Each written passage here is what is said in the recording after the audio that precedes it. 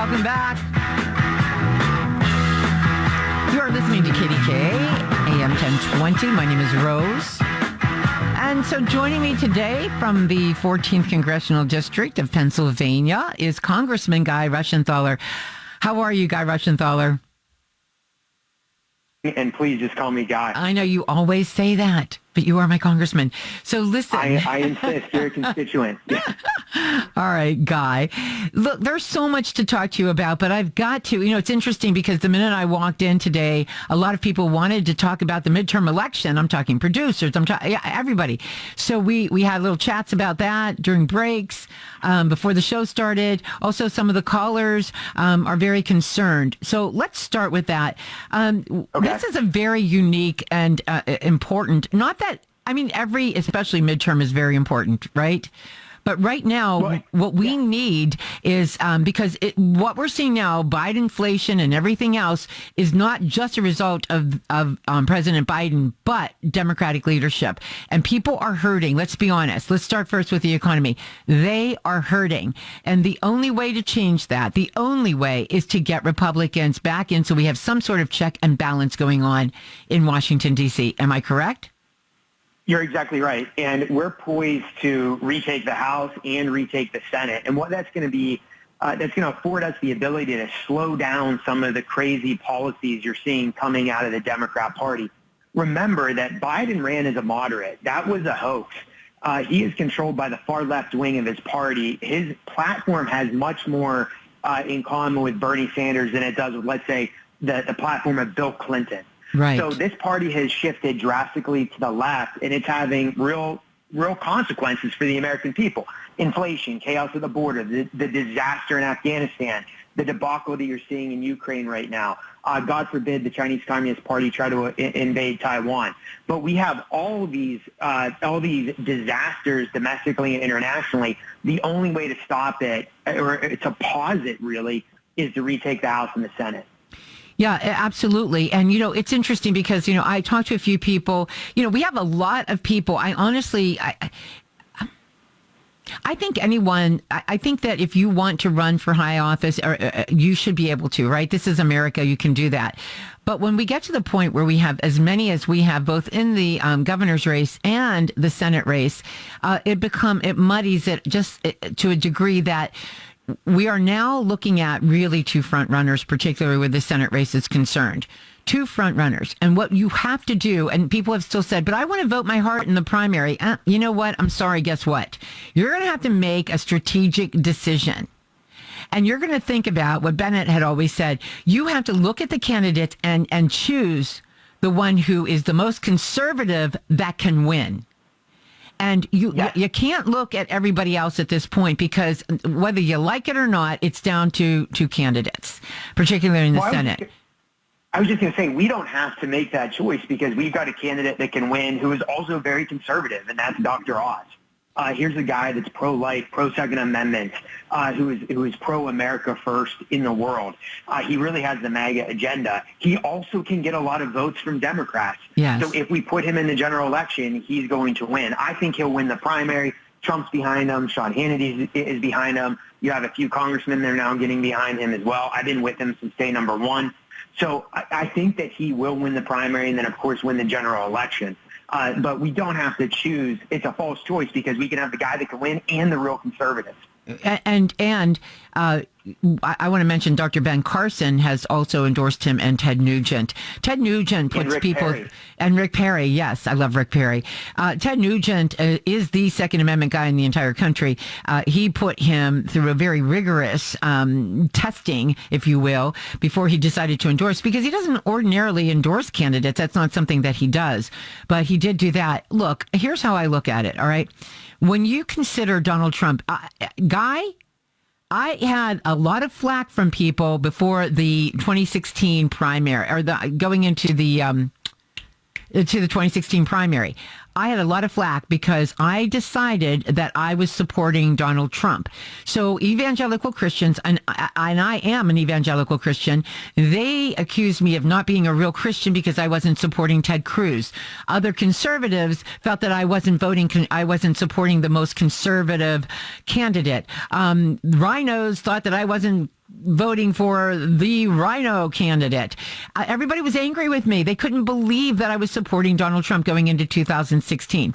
I looked at Donald Trump as a businessman. I thought, you know what? Here's a businessman. He knows how things worked. He will make decisions based on that. He is not an ideologue. He is not, I repeat, an ideologue. And I was right. His policies were spot on. Other things, yeah, maybe he's, things you can point to and say that was wrong. He shouldn't have done it. The way he talked on Twitter, whatever, his policies were spot on, and I was correct. I came under a lot of attacks because of my support before the primary for Donald Trump. Now, when you look at Dr. Oz, he is a scientist, and you have to, and I don't believe he's an ideologue. And so when a scientist looks at something, he looks at what works, and that's what he goes with. And clearly nothing is working right now. Nothing is working right now. These midterm elections are so important. You have got to put aside feelings. Okay, I'm so sick. Oh, he makes me feel good, or I get tears in my eyes when he or she speaks. I mean, no, that is not how you vote. You vote in a strategic way, knowing, confident that when you go into that general election, you've got it. You've got it.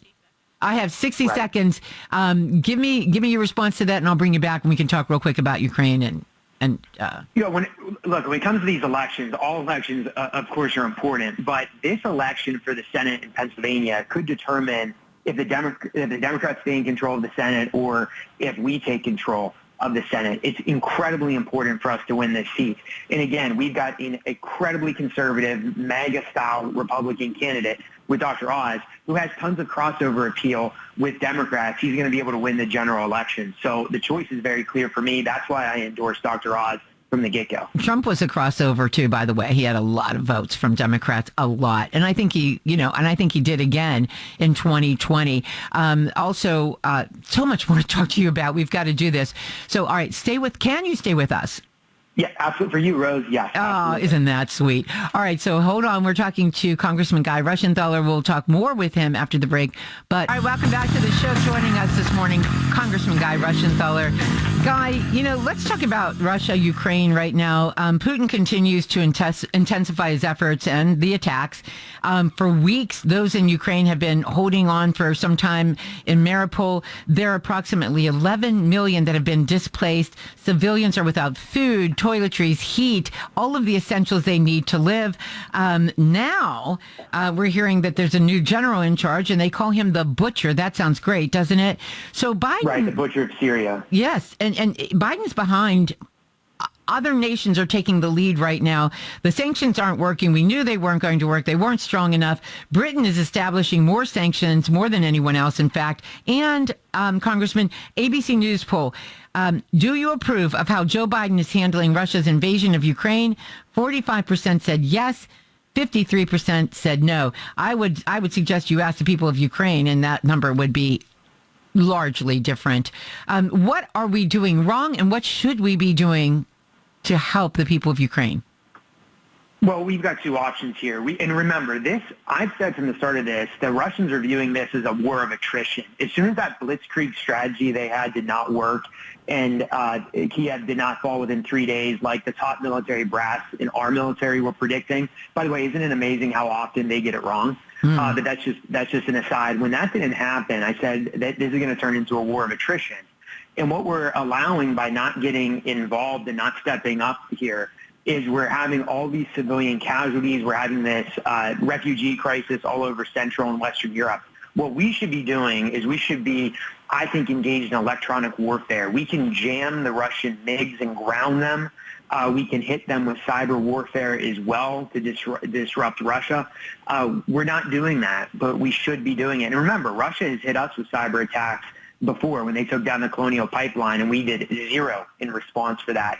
So it's time for us to engage in cyber and electronic warfare against the Russians, at least to stop the civilian casualties. Additionally, we need to get them those MiG-29s from Poland. Okay, why haven't we done that? My God, that's all they keep asking for, and we haven't done it. Is there a reason why we can't send the MiGs? They've been asking for that forever.